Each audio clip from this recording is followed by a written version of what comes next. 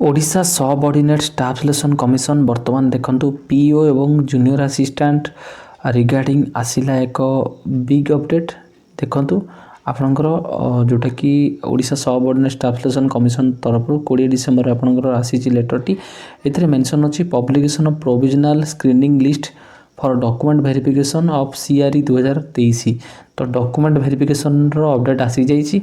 तो ये देखो आपणकर जो रही आपणकर डॉक्यूमेंट वेरिफिकेशन रिगार्डिंग पूर्वर आपणकर आसीथिला आपणकर जोटा कि कंप्यूटर स्किल टेस्ट रिजल्ट आसी जाइथिला। तो ये आपणकर पीओ एवं जूनियर असिस्टेंट रो सेपरेटली पोस्ट वाइज एवं डिस्ट्रिक्ट वाइज आपणकर कंडक्ट करा जिवो जोटा कि डॉक्यूमेंट वेरिफिकेशन तो provisional screening list of document verification for the post of junior assistant तापर provisional screening list of for the document verification आपणकर पीओ बा पंचायत एग्जीक्यूटिव ऑफिसर रो प्रोविजनल लिस्ट आसीबो एवं separate provisional master list merit list आसीबो। Already publish होईची commission notice reference आपणकर जो मानकर +3 और इक्विवेलेंट क्वालिफिकेशन अच्छी से माने बोथ पोस्ट आपणकर जूनियर असिस्टेंट एवं पीओ पई एलिजिबल हेबे एवं जो मानकर +2 और इक्विवेलेंट क्वालिफिकेशन एलिजिबल रही से माने केवल पीओ पई एलिजिबल हेबे। तो सेति पई आपणकर मास्टर लिस्ट ऑलरेडी पब्लिश होईची एवं आपणकर जो पीओ एवं जूनियर असिस्टेंट रो जो डॉक्यूमेंट वेरिफिकेशन आपणकर 26 डिसेंबर रे कंडक्ट होबो। तो से रिगार्डिंग आपणकर नोटिफिकेशन ने कम्प्लीटली मेंशन रही एवं आपणकर प्रति जिल्लार जो आपणकर डिस्ट्रिक्ट मजिस्ट्रेट बा कलेक्टर ऑफिस रे आपणकर डॉक्यूमेंट वेरिफिकेशन करा जिवो से रिगार्डिंग आपणकर मेंशन अछि।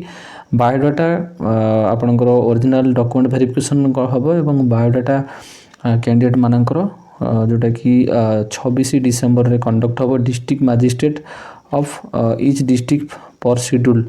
तो आपणकर एठी कंप्लीट डिटेल्स रही। तो आपणकर समस्त डॉक्यूमेंट आपणकर जो रही अप्लाई समय आपण माने देइथिले एवं जिते आपणकर डॉक्यूमेंट रही सबू डॉक्यूमेंट आपण मानकर कास्ट टू आरंभ करी आपणकर रेसिडेंट विथ आपणकर क्वालिफिकेशन टू आरंभ करी एम्प्लॉयमेंट रजिस्ट्रेशन टू आरंभ करी समस्त डॉक्यूमेंट आपणकर रेडी रखंतु। खूब कम दिन रहिला तो लिस्ट अनुसार जो मानकर +2 एवं +3 रही से माने तांकर क्वालिफिकेशन जो मानकर +3 रही से माने उभय पीओ एवं जूनियर असिस्टेंट पई एलिजिबल हेबे एवं जो मानकर +2 रही से माने केवल पीओ पई एलिजिबल हेबे।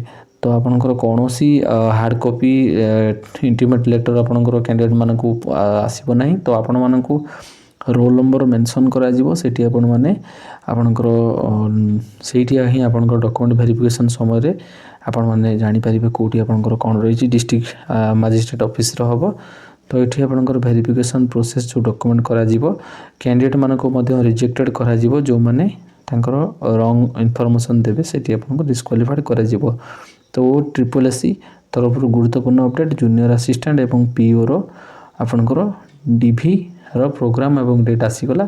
तो वीडियो को माताधिक शेयर करंतु चैनल को नया करी जो माने आसंती चैनल को जरूर सब्सक्राइब करंतु। डॉक्यूमेंट वेरिफिकेशन रिगार्डिंग जदि किसी डाउट अछि कमेंट माध्यम रे कमेंट करंतु।